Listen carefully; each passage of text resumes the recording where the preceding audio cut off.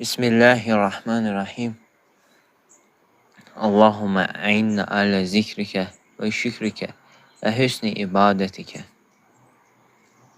Esselamu aleyküm ve rahmetullah. Ey iman getiren kardeşler, sizə və öz nəfsimə uca Allahdan, Sübhan və Taala'dan qorxmağı tövsiyə edirəm. Təqva hər bir xeyrin açarı, hər bir şərin sipəridir. Kim Allahdan qorxarsa, Allah Azze və Celle ona çıxış yolu göstərər. Gözləmədiyi yerdən ruzi verər, qəlbini rahatlıqla doldurar. Qardaşlar, İslam yalnız namaz, oruc, zəkat dini deyildir. İslam həm də qəlblərin dinidir. Bu din qəlbləri təmizləyir. Onları Allah üçün sevgi ilə doldurur. Elə bir sevgi ki, nə malı ilə ölçülür, nə məqamla, nə də mənfətlə. Bugün insanları çoxu sevir, lakin Allah üçün sevmirlər. Dostluq edir, lakin Allah üçün dostluq etmir. Ailə qurur, lakin Allah Azze və Celle'nin rızasını əsas götürmür. Ona görə də sevgilər dəyişir, dostluqlar pozulur, ailələr dağılır. Allah üçün olan sevgi isə dəyişmir. Uca Allah Azze və Celle buyurur, mömin kişilər və mömin qadınlar bir-birlərinin dostudurlar. Onlar yaxşı işləri əmr edir, pis işlərdən çəkindirirlər. Bu ayə bizə göstərir ki, müminin müminə bağlayan ilk səbəb qan qohumluğu deyil, dünya mənafəti deyil. Onları birləşdirən iman və Allah sevgisidir. Başqa bir ayədə Allah Azze və Celle buyurur, möminlər ancaq qardaşdırlar. Diqqət edin, Allah qardaş kimidirlər demədi. Allah Azze və Celle buyurdu, möminlər qardaşdır. Bu elə bir qardaşlıqdır ki, onun təməli nə soy köktür, nə dil, nə millət, nə rəng. Onun təməli la ilahe illallah, tövhiddir. Uca Allah Azze və Celle başqa bir ayədə buyurur, onlar Allahı hər şeydən daha çox sevərlər. Müminin sevgisinin mərkəzində Allah Azze və Celle dayanır. Sonra Allahın Rəsulu, sonra salih möminlər gəlir. Əgər sevgi Allah üçün olmasa, gec-tez düşmənçiliyə çevrilir. Allah Azze və Celle buyurur, o gün təqva sahiblərindən başqa bütün dostlar bir-birinə düşmən olacaqlar. Bu ayə insanı düşündürür. Bugün neçə dostluq var ki, haram üzərində qurulub, neçə məclis var ki, qeybət üzərində qurulub, neçə sevgi var ki, şəhvət üzərində qurulub. Qiyamət günü bunların hamısı düşmənçiliyə çevriləcək. Yalnız Allah üçün qurulan dostluqlar qalacaq. Əziz müsəlmanlar, Peyğəmbər sallallahu aleyhi və səlləm buyurur, 7 sinif insan vardır ki, Allah onları öz kölgəsindən başqa kölgə olmayan gündə öz kölgəsində kölgələndirəcək. Onlardan biri də bir-birini Allah üçün sevən, Allah üçün bir araya gələn, Allah üçün ayrılan 2 nəfərdir.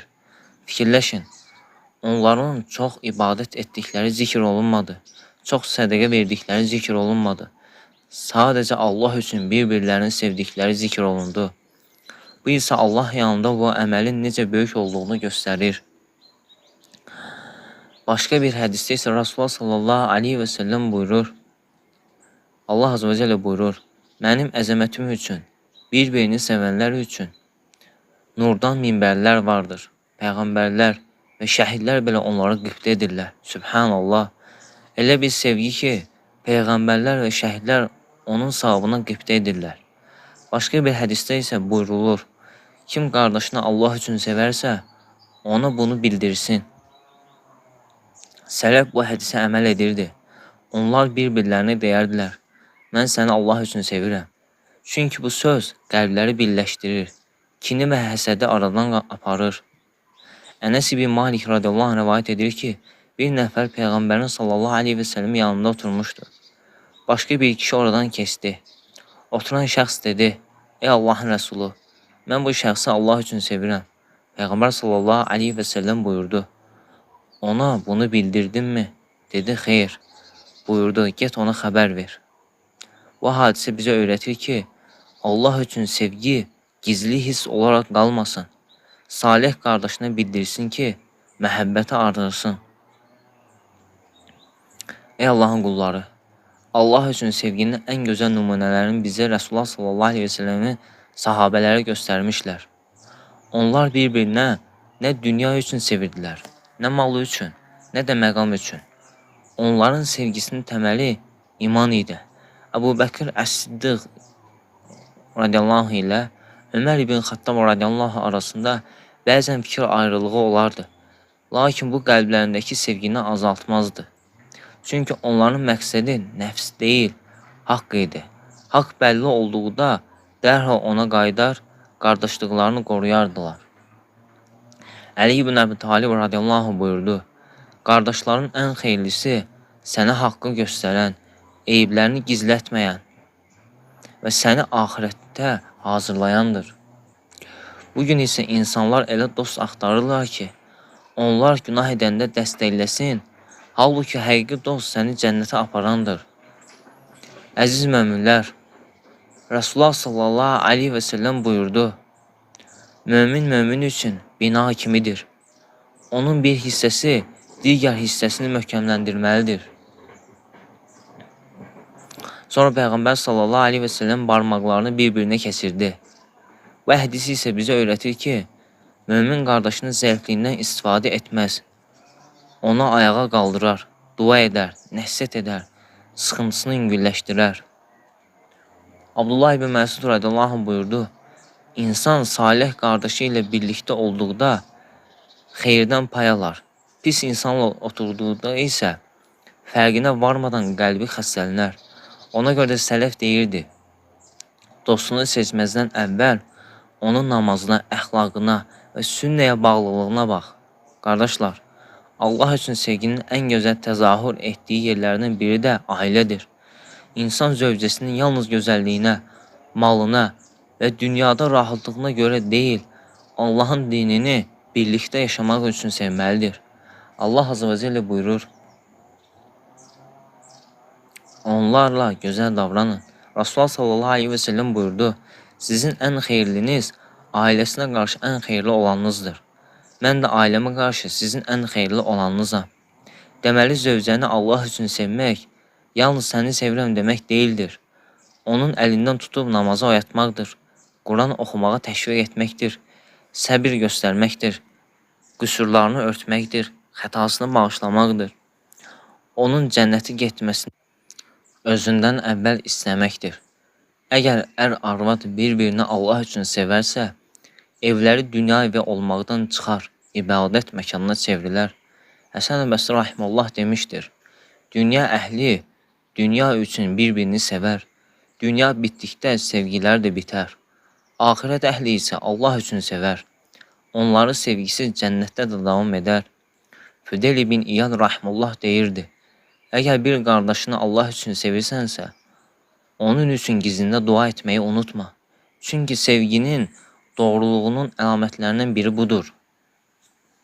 Süfyan Əl-Səvri rahimehullah buyurdu, salih qardaşın sənin üçün böyük nemətdir.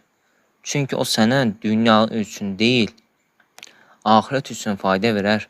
Abdullah ibn Mübarək rahimehullah demişdir, salih dost Allahın sənə bəxş etdiyi ən böyük nemətlərdəndir. Ey möminlər, unutmayın ki, Allah üçün sevən insan qardaşının nemətinə həsəd aparmaz, onun uğruna sevinər, müsibətinə kədərlənər, qeybətini qoruyar, arxasınca dua edər və ona ehtiyac işində olduğunda əlindən tutar.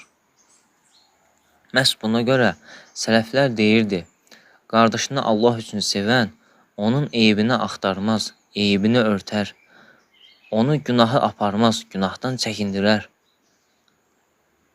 Allah azə və cəllə bizləri qəlbləri kin və həsəddən təmizlənmiş bir-birini yalnız onun rızası üçün sevən qullardan etsin. Allahümə əmin. Ey Allahın qulları, bilin ki, Allah üçün olan sevgi bu dünyanın sərhədləri ilə bitmir.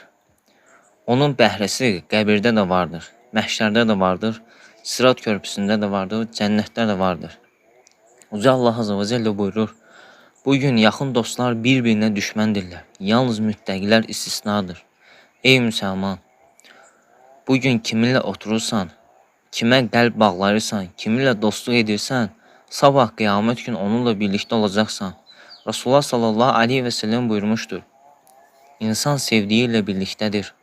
Bu hədisi eşidən Ənəs ibn Malik radiyallahu anh demişdir. İslamı qəbul etdikdən sonra bu hədis qədər bizi sevindirən başqa bir şey olmamışdır. Mən Allahı, onun Rəsulunu, Əbu Bəkir Əs-Siddiqı, Ömər ibn Xəttabı sevirəm. Əməllərimi onlar kimi olmasa da, ümid edirəm ki, onlarla birlikdə olaram. Allahu Akbar. Bir hədis insanın qəlbində necə böyük ümid oyatmışdı. Ey qardaşlar, bugün özümüzə sual verək, kimləri sevirik? Məclislərimiz bizi Allaha yaxınlaşdırır, yoxsa ondan uzaqlaşdırır? Dostlarımız bizə namazı xatırladır, yoxsa günahı? Çünki sevdiyin insan səni ya cənnətə aparacaq, ya da cəhənnəmə. İbn Teymiyyə rahimehullah demişdir, məhəbbətin əsli Allah üçün, nifrətin əsli də Allah üçün olmalıdır. Bu imanın ən möhkəm qulplarındandır. O həmçinin buyurdu, qəlbin həyatı Allahı sevməsi, ona ibadət etməsi ilədir. Qəlb bundan məhrum olarsa, bədənin ruhsuz qalması kimi olar. İbn Əl-Qayyim rahimehullah demişdir, Allah üçün olan sevgi qəlbləri birləşdirər, dünya sevgisi isə onları parçalayar. O başqa bir yerdə buyurur, qəlbdə Allah sevgisi yerləşdikdə, məxluqun sevgisi öz yerinə tapar. Allah sevgisi olmadıqda isə, bütün sevgilər fəsada çevrilər.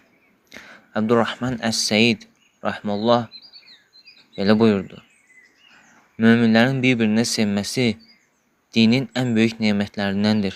Bu sevgi ülfət yaradır, düşmənciliyi aradan qaldırır və ümməti gücləndirir. İbn Bəz belə demişdir, Allah üçün sevgi, Allah üçün nifrət imanın kamilliyindəndir. Mömin qardaşını Allah rızası üçün sevər, ona nəsihət edər və onun üçün dua edər.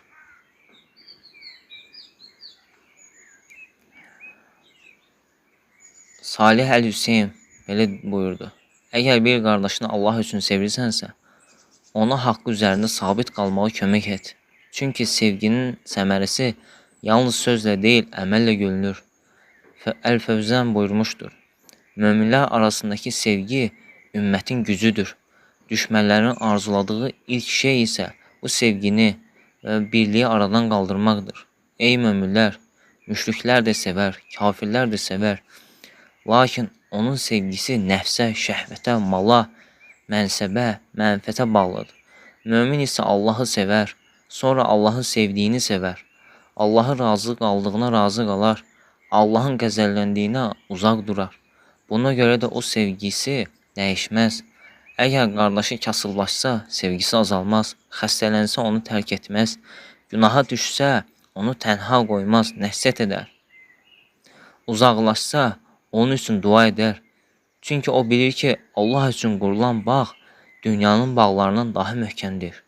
Ey Allahın qulları, əgər evlərimizdə Allah üçün sevgi olsa, əgər məclislərimizdə Allah üçün sevgi olarsa, əgər qardaşlarımız arasında Allah üçün sevgi olarsa, şeytan aramıza yol tapa bilməz. Kin yerinə mərhəmət verər, həsəd yerinə duaya verər, düşmənçilik yerinə qardaşlıq verər. Sözümü inşallah Rasulullah sallallahu aleyhi və səlləm bu möhtəşəm hədisi ilə bitirirəm.